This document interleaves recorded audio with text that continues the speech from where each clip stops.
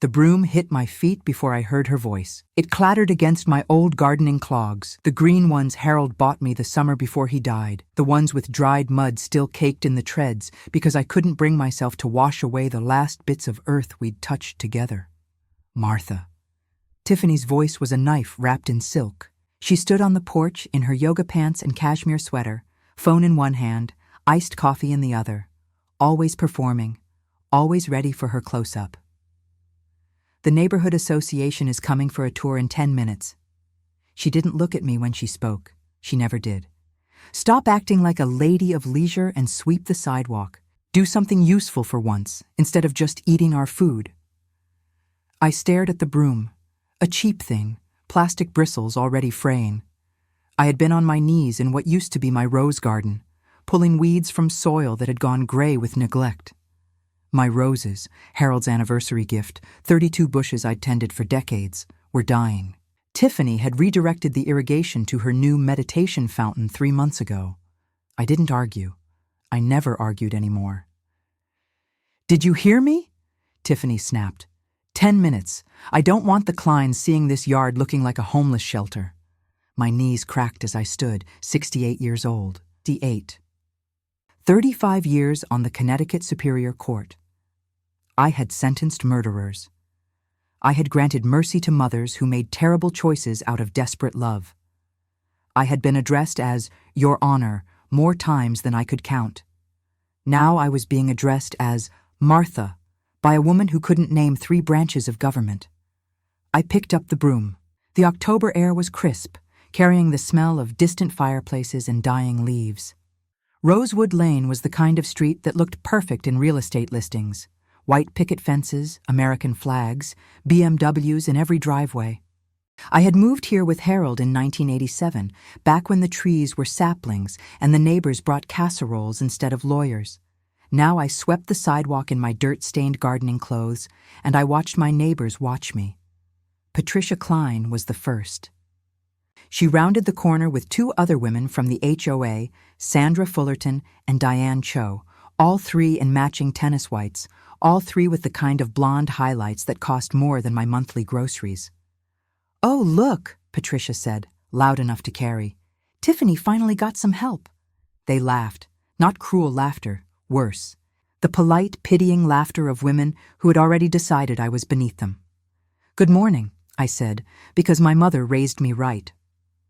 Patricia looked through me. "Tell Tiffany the committee approved her fountain permit. She'll be thrilled." They walked on. They didn't ask my name. From the porch, I heard Tiffany's voice, high and sweet, performing for her phone. "Good morning, my loves. Just another beautiful day in paradise. If you're new here, welcome to my world. I'm all about that balanced life, you know? Family, fitness, and keeping it fabulous." She turned the camera toward me. I saw myself reflected in the glass door, a hunched woman in shapeless clothes, sweeping a sidewalk, looking every bit like the hired help. "And shout out to our amazing household team," Tiffany chirped. "We couldn't do it without them." She ended the video. Her smile vanished. "You missed a spot," she said. "By the mailbox." I swept toward the mailbox. My hands were shaking, but not from cold. Harold used to say the roses need tending when he meant something deeper, that love required patience, that dignity required maintenance, that some things couldn't be rushed or forced. I hadn't tended anything in 2 years. Not since Tiffany convinced James that I was declining. Not since they moved me into the smallest bedroom of my own house. My house. The deed was in my name, had been since 1998, when Harold transferred it as our 30th anniversary gift. But James didn't know that. Tiffany had intercepted so much mail, spun so many stories, built so many walls between my son and me. I paid 60% of the mortgage every month. I had paid off James's medical school loans, $280,000 over 10 years, though Tiffany told everyone she had done it. I said nothing. The front door opened again, and Brenda emerged, Tiffany's mother, 60 years old and dressed like she was auditioning for a reality show. She'd been living in my guest room for 6 months, eating my food, using my late husband's bathroom. "Oh, Martha, honey." Brenda's voice dripped with condescension. You really should wear a hat when you're outside. At your age, the sun isn't kind. She patted my cheek like I was a confused child. Tiffany, sweetie, should we call Dr. Rennick? I'm worried about her again. She's been outside for almost an hour. I'm fine, I said. Of course you are, honey. Brenda's smile was pity and performance. Of course you are. I kept sweeping. And then I heard it, the low rumble of an engine, tires crunching on the pristine pavement of Rosewood Lane. A black SUV, Mercedes, tinted windows. It pulled to a stop directly in front of the house. Tiffany straightened up, smoothing her hair. That must be the association board. Patricia said they might send someone important. But the door opened, and it wasn't Patricia. It was James. My son stepped out in his hospital clothes, blue scrubs under a hastily thrown sport coat. He looked tired, the way he always looked now. Behind him, a silver-haired man in a tailored suit emerged from the passenger side. Then another man, a woman with a press badge and a leather notebook. Mom? James's voice cracked. I stood frozen, broom in hand, dirt on my knees. Tiffany's voice rang out from the porch. She hadn't seen them yet, hadn't realized the cameras had changed. Faster, Martha. I can still see leaves by the driveway. Do I have to do everything myself? James turned toward the porch. The silver-haired man, I recognized him now, Richard Bellamy, CEO of Connecticut Medical Partners, stared at me. His face shifted from confusion to recognition to something that looked like horror. The woman with the notebook stepped forward. Her press badge read, Rebecca Chen, the Connecticut Herald. Dr. Whitmore, she said to James, her voice careful, professional. I thought we were here to meet your mother, the judge, the one who inspired your career. Richard Bellamy walked toward me, slowly, deliberately. Justice Whitmore? His voice was barely above a whisper. Why are you holding a broom? Behind me, Tiffany had gone completely silent. The silence lasted exactly 4 seconds. I know because I counted them. The way I used to count seconds in my courtroom when a witness was about to crack, when the truth was clawing its way up through layers of rehearsed lies. 1. Richard Bellamy stared at the broom in my hands. 2. Rebecca Chen's pen was already moving across her notebook. 3. James stood frozen on the walkway, his face cycling through emotions I hadn't seen since he was a boy, caught stealing cookies. Shame, confusion, the desperate wish to disappear. 4. Tiffany's heels clicked against the porch steps. Oh my goodness! Her voice had transformed completely. Warm honey where there had been vinegar. Richard! What a wonderful surprise! James didn't tell me you were coming early. She descended the steps like a woman walking a runway, all grace and practiced charm. Her hand found James's arm, steadying him or claiming him. And you must be the journalist. Tiffany extended her other hand toward Rebecca. I'm Tiffany, James's wife. We're so thrilled to have the Herald here. James is just so humble about his accomplishments, you know. I practically had to force him to accept the nomination. Rebecca shook the offered hand, but her eyes stayed on me. Mrs. Whitmore, Rebecca said carefully, I was hoping to speak with your mother-in-law. The hospital mentioned she was a significant influence on Dr. Whitmore's career. Of course! Tiffany's smile didn't waver. Martha loves talking about the old days. Don't you, Martha? I set the broom against the mailbox. My hands had stopped shaking. Something had shifted inside me, the way a key shifts in a lock just before it turns. I was a judge, I said quietly. 35 years on the Connecticut Superior Court. Richard Bellamy stepped closer. Justice Whitmore, I attended one of your sentencing hearings in 2015, the Morrison case. Your closing remarks were quoted in 3 legal textbooks. He paused. Why are you sweeping the sidewalk? The question hung in the autumn air. Tiffany laughed, a bright, brittle sound. Oh, Richard, you know how mothers are. Martha insisted on helping out today. She gets restless, don't you, Martha? The doctors say it's good for her to stay active, keeps her mind sharp. Doctors? Rebecca's pen stopped moving. Just routine checkups. Tiffany's hand tightened on James's arm. Nothing to worry about. Brenda appeared in the doorway, her face a mask of theatrical concern. "Oh, Martha, sweetie, you're all dirty. Let's get you inside and cleaned up before you catch cold." She looked at Richard and Rebecca with the sympathetic smile of a woman who had practiced it in mirrors. "She forgets to wear a jacket sometimes. We have to watch her carefully." James finally spoke. "Mom." "I'm fine, James." I met his eyes. "I was just gardening." The lie was mine to tell. Not yet. Not like this. The lunch was a disaster wrapped in a performance. Tiffany had transformed the dining room in minutes. Good china I hadn't seen since Harold's funeral. Cloth napkins she'd hidden from me for months. A cheese board that probably cost more than my weekly grocery budget. She moved through the room like a hummingbird, filling wine glasses, laughing at Richard's jokes, redirecting every conversation away from me. I sat at the far end of the table, still in my gardening clothes. Brenda had offered to help me change, but I'd declined. Let them see me. Let the journalists see the contrast. Tiffany in cashmere, Martha in dirt. So, Justice Whitmore. Rebecca had positioned herself across from me, her notebook open. "I'd love to hear about your career. 35 years is remarkable. What cases stand out?" I opened my mouth to answer. "Oh, Martha's memory isn't what it used to be," Tiffany interrupted smoothly. "She gets confused about dates and details.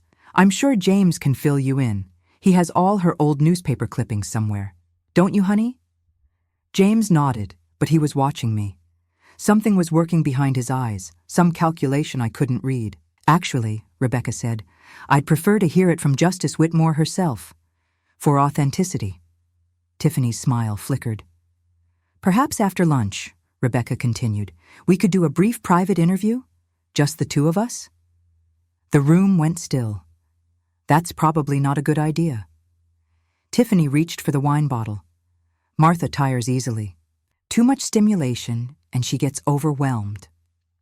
"Right, Brenda?" "Oh, absolutely." Brenda shook her head sadly. "Last week she forgot where she put her reading glasses, found them in the refrigerator." That was a lie. Brenda had hidden my glasses in the refrigerator, then called Derek to laugh about it. I said nothing. Tiffany stood to refill my glass, moving behind me. "More wine, Martha?" I felt her hip bump my shoulder, too hard to be accidental, too soft to be obvious. The glass tilted. Cold red wine splashed across my blouse, soaking through to my skin. "Oh, no!" Tiffany's hands flew to her mouth. "Martha, I'm so sorry. How clumsy of me." The Merlot spread across the faded fabric like a bloodstain. "It's fine," I said. My voice was steady. "I'll go change." "Let me help you." "No." I stood, and for just a moment, I saw it. The flash of something cold in Tiffany's eyes. Triumph. "I can manage." I walked out of the dining room with wine dripping from my blouse and silence trailing behind me. My bedroom was the smallest in the house. This had been the guest room when Harold was alive, the room where his mother stayed when she visited, where James slept during college breaks, where we stored Christmas decorations in the off-season. Now it was mine. 10 feet by 12 feet, a single window overlooking the dying rose garden, a bed that was too soft for my aging back. I sat on the edge of the mattress and let myself feel it. The humiliation, the exhaustion, the weight of 2 years of silence pressing down on my chest like a stone. Harold, I thought, I don't know how much longer I can do this. I unbuttoned my wine-soaked blouse and reached for the clean one in my closet. That's when I saw it. A small red light, blinking. It was inside the smoke detector, the one directly above my dresser, where I changed clothes every morning and night. I had never noticed it before, because I had never looked. Why would I? It was a smoke detector. But smoke detectors don't have blinking red lights. I stood on my desk chair, my heart hammering against my ribs. My fingers found the plastic casing, twisted it open. Inside, nestled against the battery, was a small black device with a tiny lens. A camera. Someone had been watching me, recording me, in my own bedroom. I thought of Tiffany's phone, always in her hand, her security concerns about my wandering, the cloud storage she'd set up for the whole family. My hands didn't shake as I replaced the casing. My breath didn't catch. 35 years on the bench had taught me something valuable. Never let them see you break. I climbed down from the chair and stood in the center of the room. Then I looked directly at the smoke detector, directly into the tiny hidden lens, and I smiled. You wanted evidence, Tiffany, I thought. So did I. The roses need tending. I left the house at 6:14 in the morning. The sky was still purple-gray, that thin hour between night and dawn when the world holds its breath. I had set my alarm for 6, dressed in the dark, and crept down the stairs with my shoes in my hand like a teenager sneaking out past curfew. Tiffany's bedroom door was closed. Brenda snored softly in the guest room. From the basement, I heard the faint sound of Derek's video game. He often played until 3 or 4 in the morning, another mouth to feed that contributed nothing but crumbs and complaints. My car was a 12-year-old Honda Accord that Tiffany called an embarrassment to the neighborhood. I called it freedom. The engine turned over on the first try, and I backed out of the driveway with my headlights off until I reached the corner. Only then did I breathe.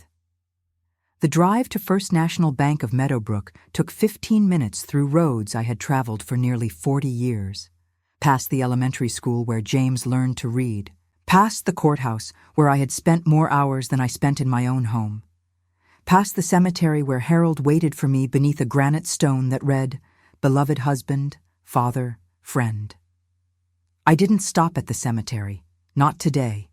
Today I had work to do. The bank opened at 7 for safe deposit box access, a policy Harold had helped establish when he served on the board in the 90s. I parked in the empty lot and watched the sun rise over the Connecticut hills, painting the autumn trees in shades of fire and gold. Harold had loved October. He said it was the month when the world showed its true colors before letting go. At 6:58, a security guard unlocked the front door. I was the first customer inside. The safe deposit box room was in the basement, behind 2 locked doors and a signature verification. The bank manager, a young woman named Christine who couldn't have been older than 30, recognized my name on the account. "Justice Whitmore," she said, her eyes widening slightly. "I wrote a paper about your Morrison ruling in law school. It's an honor." "Thank you, dear." I signed the access log with a hand that didn't tremble. "I'll need privacy, please." "Of course. Take all the time you need." She led me to a small room with a table, a chair, and fluorescent lights that hummed like distant bees.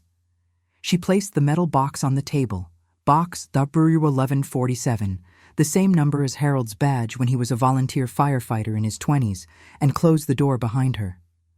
I sat alone with 40 years of my life locked in a metal container.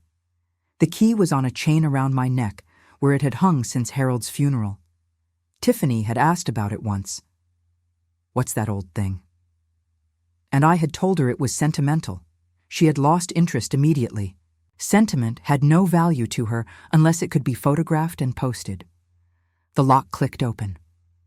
Inside, the documents were arranged exactly as I had left them 3 years ago, when I added the last of the bank statements. The original deed to 412 Rosewood Lane, dated November 15, 1998. Harold's handwriting on the transfer form. "For my Martha, who made our house a home." I set it aside. The Whitmore Family Trust documents came next. 27 pages of legal language that Harold and I had crafted with Leonard Price over the course of 6 months. The trust held $2. $1 million, our retirement savings, Harold's life insurance, the investments we had built over 4 decades of careful planning. I was the sole trustee. James was the beneficiary, but only under specific conditions. I read the key clause aloud, my voice barely a whisper in the quiet room. The beneficiary shall not receive distribution if, at the time of the trustee's death, they are determined to be under the undue influence of any party seeking to exploit the estate for personal gain. Harold had insisted on that clause. People change when money's involved, he'd said. Even good people. We need to protect James from himself. I hadn't understood then. I understood now. Beneath the trust documents, I found the photographs. James at 3 months old, wrapped in the blue blanket my mother had knitted. James at 5, missing his front teeth, holding a fish he'd caught at Lake Candlewood. James at 18, in his graduation robes, standing between Harold and me with a future as bright as the June sun. Tiffany had told James these photos were lost in the move when they relocated to Rosewood Lane. She'd told him I had probably thrown them away during one of her confused episodes. They had been here the whole time, safe, waiting. At the bottom of the box, beneath everything else, was an envelope with my name in Harold's handwriting. I had read this letter once, the day after his funeral, and then I had locked it away because the grief was too heavy to carry. I opened it now. My dearest Martha, if you're reading this, I'm gone, and I'm sorry I couldn't stay longer. 40 years wasn't enough. 100 years wouldn't have been enough. I need you to remember something. You are not a woman who bends. You are not a woman who breaks. You are the strongest person I have ever known, and whatever comes next, you will face it the way you faced everything, with grace, with courage, and with that stubborn dignity that made me fall in love with you in the first place. The roses need tending, my love. Don't let anyone tell you otherwise. Forever yours, Harold. I folded the letter carefully and placed it in my purse. Then I gathered every document, every photograph, every piece of evidence that proved I was not confused, not declining, not a burden to be managed and mocked. I had been a judge for 35 years. It was time to build my case. Leonard Price had been my colleague for 3 decades and my friend for longer. His office was on the 4th floor of the Meadowbrook Professional Building, a modest space filled with law books and family photographs and the faint smell of pipe tobacco he thought no one knew about. He stood when I entered, his face shifting from surprise to concern in the space of a breath. Martha. He came around the desk to embrace me. My God, I haven't seen you in 2 years, I said. I know. I'm sorry, Leonard. Don't apologize. Sit. Tell me everything. I sat across from him in the leather chair where I had sat 100 times before, discussing cases, debating precedents, mourning Harold. And I told him everything. The broom, the isolation, the hidden camera, the lies Tiffany had spread about my mental state. Leonard's face grew darker with every word. This is elder abuse, Martha. Financial exploitation. False imprisonment, arguably. You could file charges today? Not yet. I placed the documents on his desk. I need to gather more evidence. The camera is still recording.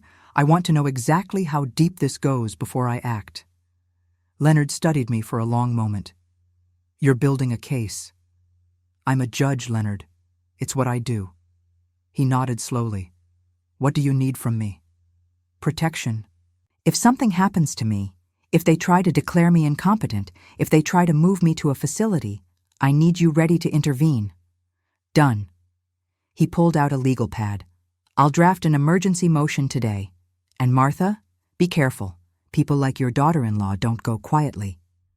I thought of the camera in my bedroom, the wine stain on my blouse, the broom at my feet.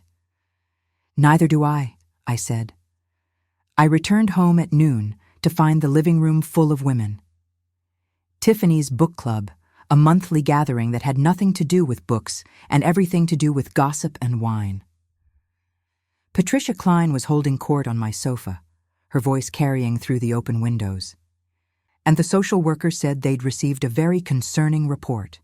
Apparently, someone called about an elderly woman in the home who might be neglecting herself. My keys went still in my hand. Adult Protective Services, Patricia continued, relishing every syllable. They're sending someone for a welfare check. Isn't that just awful? Tiffany caught my eye from across the room. She smiled. The summons came on a Thursday. I was in my room, reviewing the bank statements I'd photographed at Leonard's office, when Tiffany knocked twice and opened the door without waiting for an answer. She had stopped pretending to respect my privacy months ago.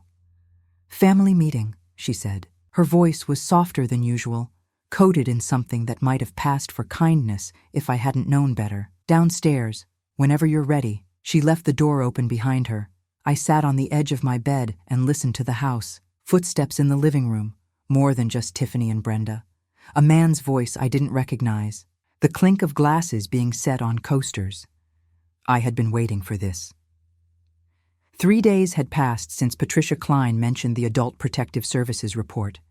3 days of unusual gentleness from Tiffany, extra helpings at dinner, Brenda complimenting my lovely complexion. They were setting a stage, building a narrative, creating witnesses who would say, "We tried so hard to help her." I checked my reflection in the small mirror above my dresser. I looked tired. I looked old. Good. I shuffled downstairs with my shoulders slightly hunched, my steps a little uncertain. Let them see what they wanted to see. The living room had been transformed. The furniture was arranged in a circle, like a support group or an interrogation. Tiffany sat on the love seat with a box of tissues beside her, dabbing at eyes that weren't wet. Brenda occupied the armchair, her face arranged in an expression of maternal concern. Derek slouched on the ottoman, looking everywhere except at me.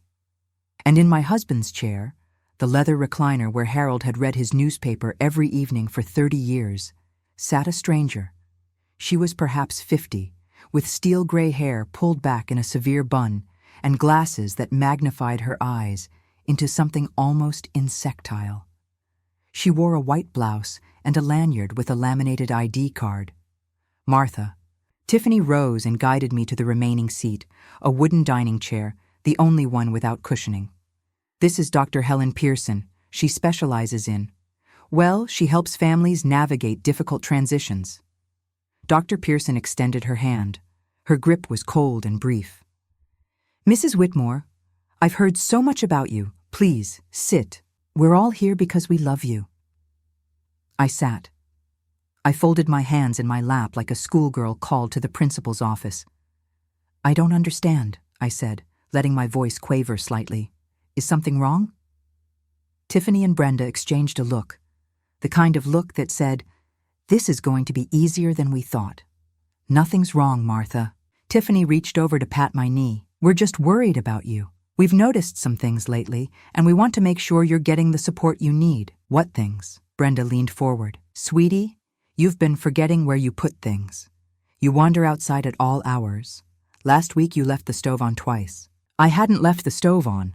Brenda had left the stove on while making her midnight grilled cheese, and I had turned it off. "And the incident with the broom," Tiffany added, her voice thick with manufactured sympathy. Dr. Bellamy was so concerned, he called James afterward to suggest we look into options. That was a lie, too. I had seen Richard Bellamy's business card on the counter with a handwritten note. "Justice Whitmore, please call me. I'd like to discuss something important." Tiffany had thrown it away. I had retrieved it from the trash. Dr. Pearson cleared her throat. "Mrs. Whitmore, I'd like to ask you some questions if that's all right. Just simple things to help me understand where you are." "Of course, dear." I blinked slowly, as if struggling to focus. "What year is it?" "Oh, let me think. 2023? It was 2024. I watched Tiffany's lips twitch with satisfaction. "And who is the current president?" I paused, furrowing my brow. "Is it still Obama?" Derek snorted. Brenda shushed him. "That's perfectly all right," Dr. Pearson said smoothly. "These little confusions are completely normal at your age. The important thing is that you have family who wants to help." Tiffany reached beneath the coffee table and produced a manila folder. "Martha, we've been talking, and we think it would be best, for everyone, if we made some changes to how things are handled around here, just to keep you safe." She opened the folder and slid a document across the table toward me. "This is just a simple form. It lets James and me help you with your finances, your medical decisions, things like that. So you don't have to worry about remembering to pay bills or making big choices on your own." I looked at the document. The words, "durable power of attorney," were printed at the top in bold letters. "I don't understand," I said. "What does this mean?" "It means we take care of you, sweetie." Brenda's voice was honey over vinegar. "You just sign at the bottom and you'll never have to worry about anything again." Dr. Pearson produced a pen. "It's very common for families to establish these arrangements. It protects everyone." I took the document in my hands. They were waiting. Tiffany leaning forward, Brenda gripping the armrest, Derek finally looking at me with something like guilt in his eyes. "My eyes aren't what they used to be," I said softly. "Could I read it aloud? Just so I understand?" Tiffany hesitated. "Martha, it's really straightforward. Please." I let a tear slip down my cheek. "I just want to understand what I'm signing." They couldn't refuse, not with Dr. Pearson watching, not with witnesses who might later testify about the family's transparent process. "Of course," Tiffany said through gritted teeth. "Take your time." I adjusted my posture. I put on my reading glasses, the ones Brenda hadn't hidden that morning. And I began to read. "I, Martha Elaine Whitmore, being of sound mind." I paused. "Well, that's nice. Tiffany, I thought you said I was confused." Tiffany's smile froze. I continued. "Do hereby grant full and irrevocable power of attorney to Tiffany Renee Whitmore, including, but not limited to, complete control over all financial accounts and assets, authority to make all medical decisions including end-of-life care, the right to sell, transfer, or encumber any real property."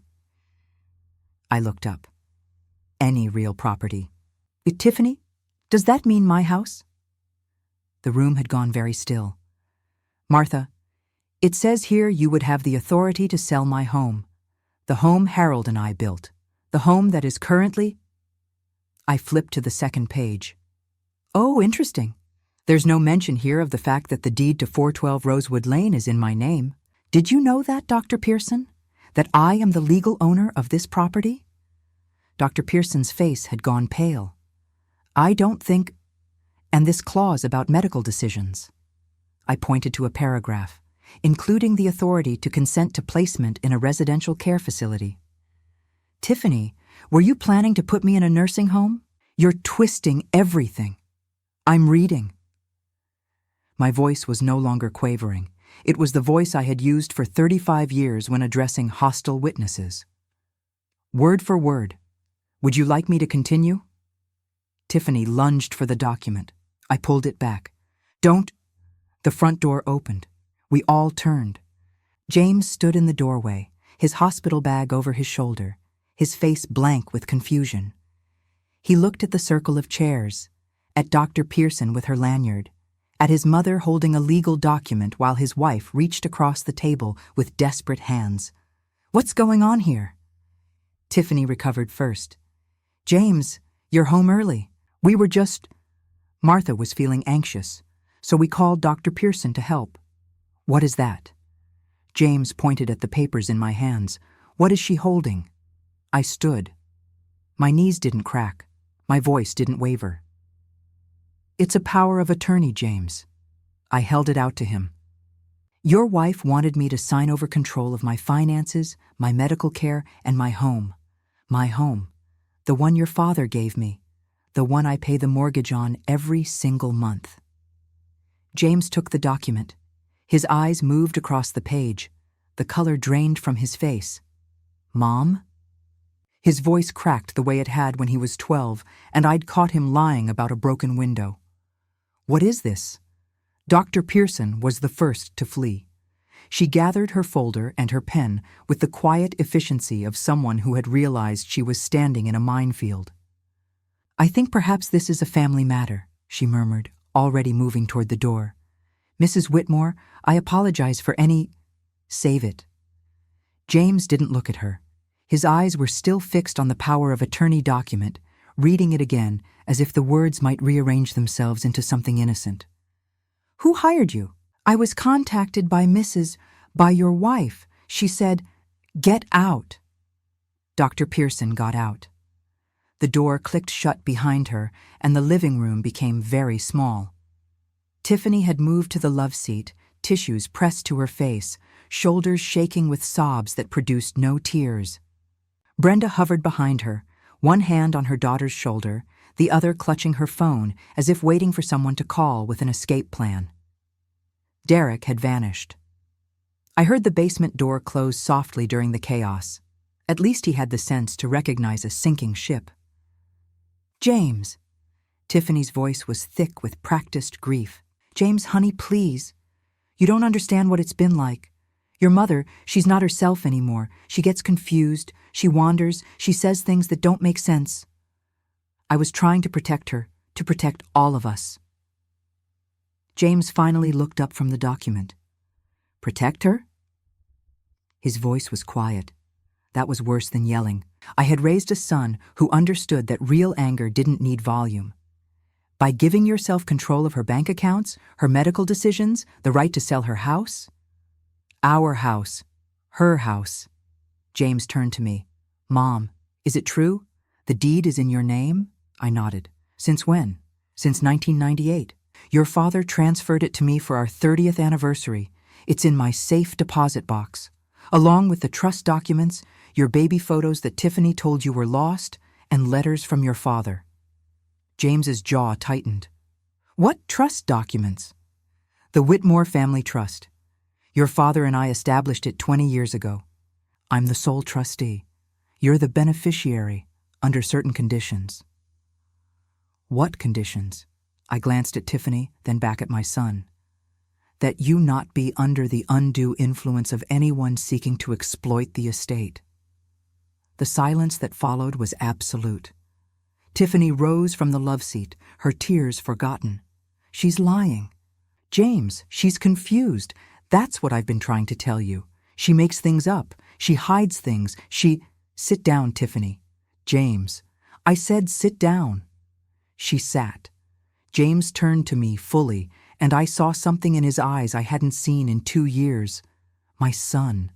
Not the exhausted stranger who came home at midnight and left before dawn. Not the man who looked through me at family dinners while his wife held court.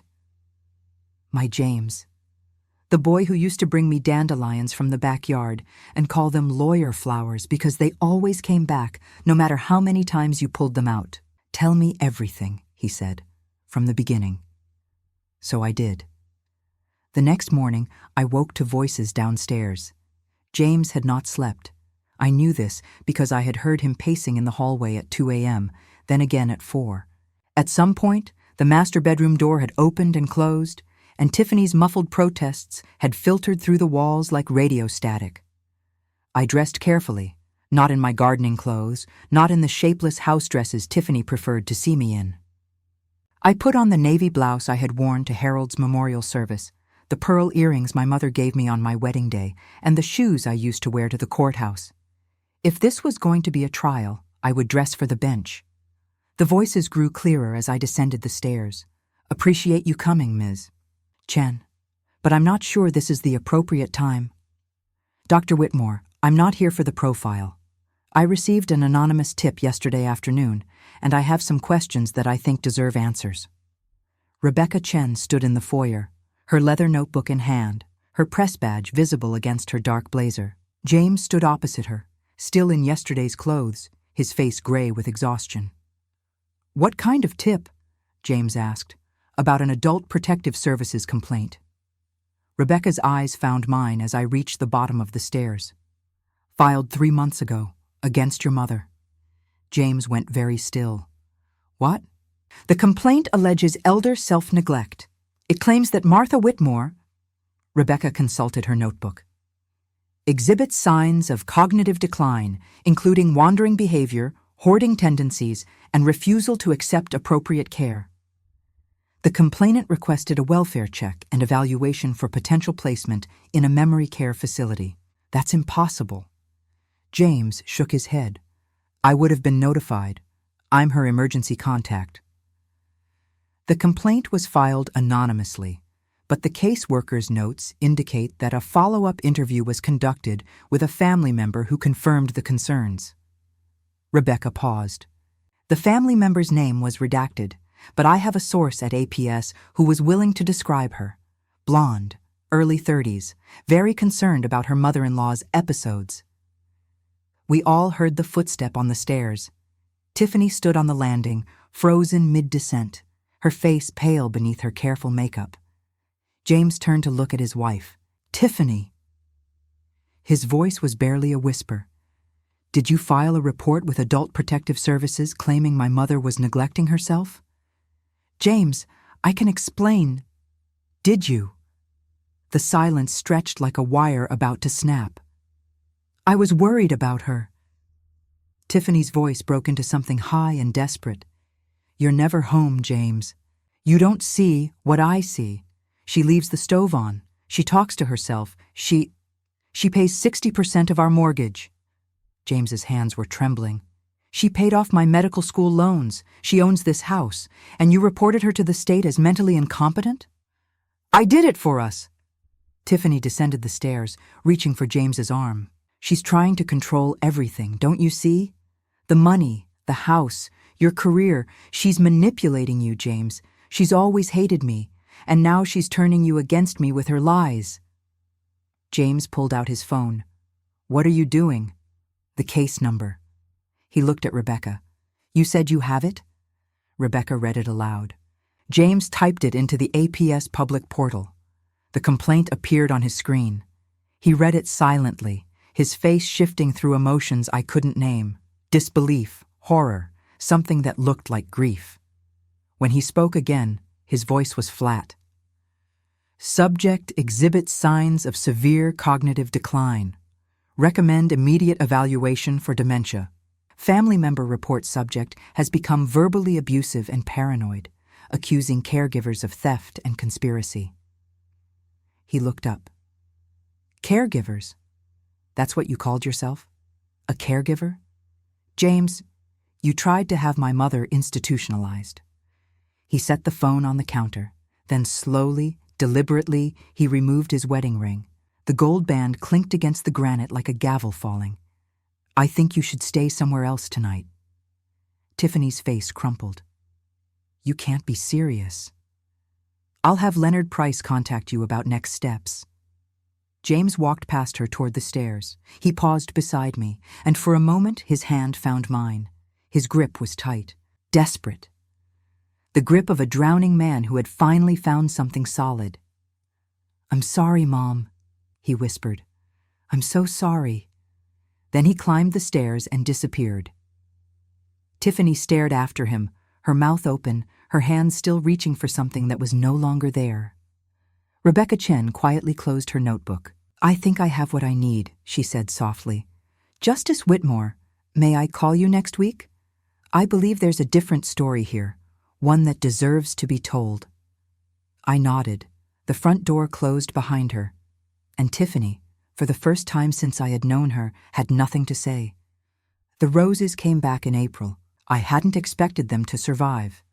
2 years of neglect, a redirected irrigation system, soil gone gray with thirst. By all rights, those 32 bushes should have been nothing but dead wood and memory. But Harold always said roses were stubborn. "Like you," he'd tell me, pruning shears in hand, dirt under his fingernails. "They don't know how to quit."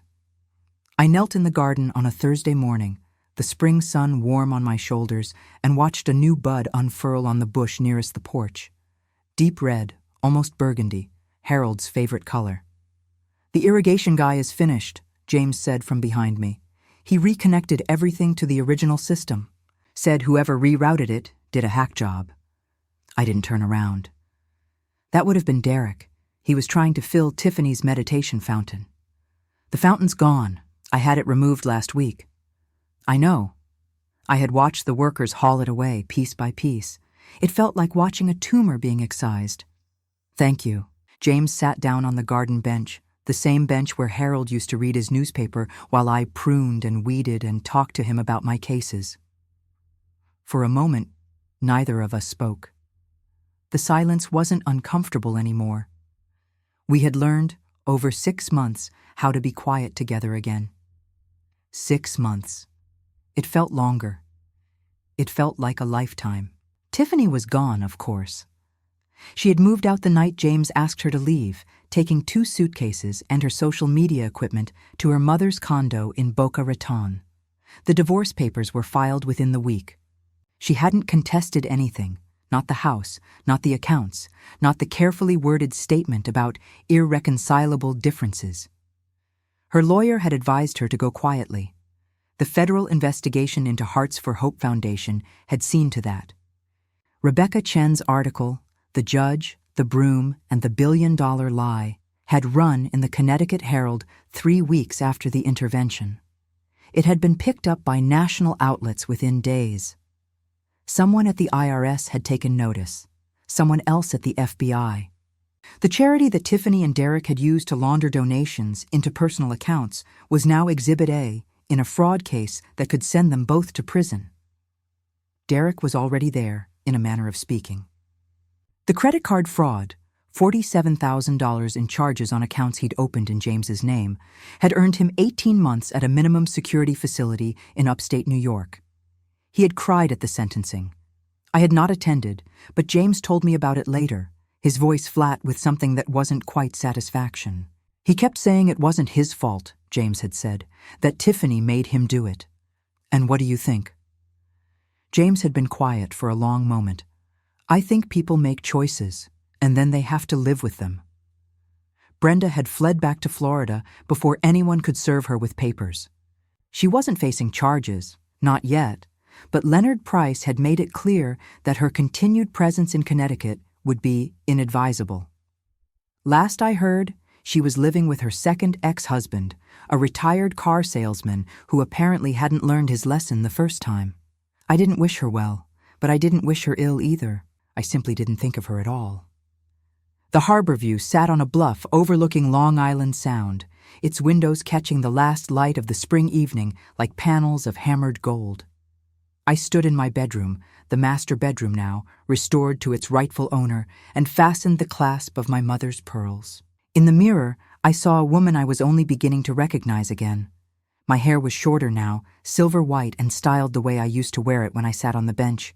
My posture was straighter, my eyes were clearer. I looked like myself. James appeared in the doorway, adjusting his tie. He had lost weight in the past 6 months, and there were lines around his eyes that hadn't been there before. But he was present in a way he hadn't been in years. Truly present, not just a ghost passing through on his way to the next shift. You look beautiful, Mom. Flattery. I smiled. You must want something. Just dinner with my mother. He crossed the room and sat on the edge of the bed. Harold sighed, I noticed, and something in my chest ached sweetly. And maybe a chance to say something I should have said a long time ago. James. I was blind.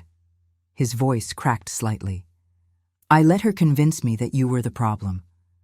That you were confused, declining, that I needed to trust her instead of trusting what I could see with my own eyes. And every time you tried to tell me the truth, I didn't listen. I chose her over you. You were being manipulated. That's not an excuse. He looked at his hands, surgeon's hands, capable of such precision, such care. I'm supposed to notice things. It's my job to see what other people miss. And I missed everything that mattered. I sat beside him. The bed creaked softly, the way it always had. Do you know why your father put that clause in the trust? I asked. The one about undue influence? James shook his head. Because he knew you. He knew your heart, how much you want to see the good in people, how much you want to believe that love is enough. I took his hand. He didn't put that clause in to punish you, James. He put it in to protect you, to give you a way back if you ever lost yourself. And now? Now I'm removing it. I squeezed his fingers. Leonard is filing the amendment next week. The trust will pass to you without conditions. James's breath caught. Mom, you don't have to. I know I don't have to. I want to. I lifted his chin the way I used to when he was a boy and needed to hear something important. You made a mistake. You're fixing it. That's all any of us can do. He broke then, not loudly, not dramatically, but with the quiet, shuddering grief of a man who had been holding himself together for too long. I held him the way I had held him when he was 5 and afraid of thunderstorms, when he was 12 and his first dog died, when he was 22 and his father's heart gave out without warning. "I see you," I whispered into his hair. "I've always seen you." The dinner was everything I had imagined and nothing I had expected. Richard Bellamy raised his glass first. "To Justice Martha Whitmore, the woman who reminded us that dignity isn't given, it's claimed." The table echoed the toast. James, Rebecca Chen, 3 of James's colleagues from the hospital, and Leonard Price, who had insisted on attending despite his hatred of seafood. I looked around at the faces gathered in the soft candlelight. 6 months ago, I had been sweeping a sidewalk in my gardening clothes while my daughter-in-law recorded videos for strangers. Now I was sitting in the restaurant where Harold had proposed 44 years ago, surrounded by people who saw me, truly saw me, for who I was. Outside the windows, the sun was setting over the Sound, painting the water in shades of rose and gold. Harold would have loved this, I thought. The view, the company, the justice of it all. Rebecca leaned over. "I'm thinking of writing a follow-up piece. 1 year later, if you're willing." "Ask me in 6 months," I said. "I'm still tending the garden." She smiled. She understood. After dinner, James and I walked out into the spring evening. The air smelled of salt and lilacs and something else, something that might have been hope. "Mom?" James offered his arm. "Can I drive you home?" Home. The word felt different now, fuller, heavier with meaning. I took his arm. "Yes," I said. "Let's go home." We walked together toward the car, toward the house on Rosewood Lane, toward the roses that had somehow survived against all odds. The roses need tending, Harold had always said. I had tended them well.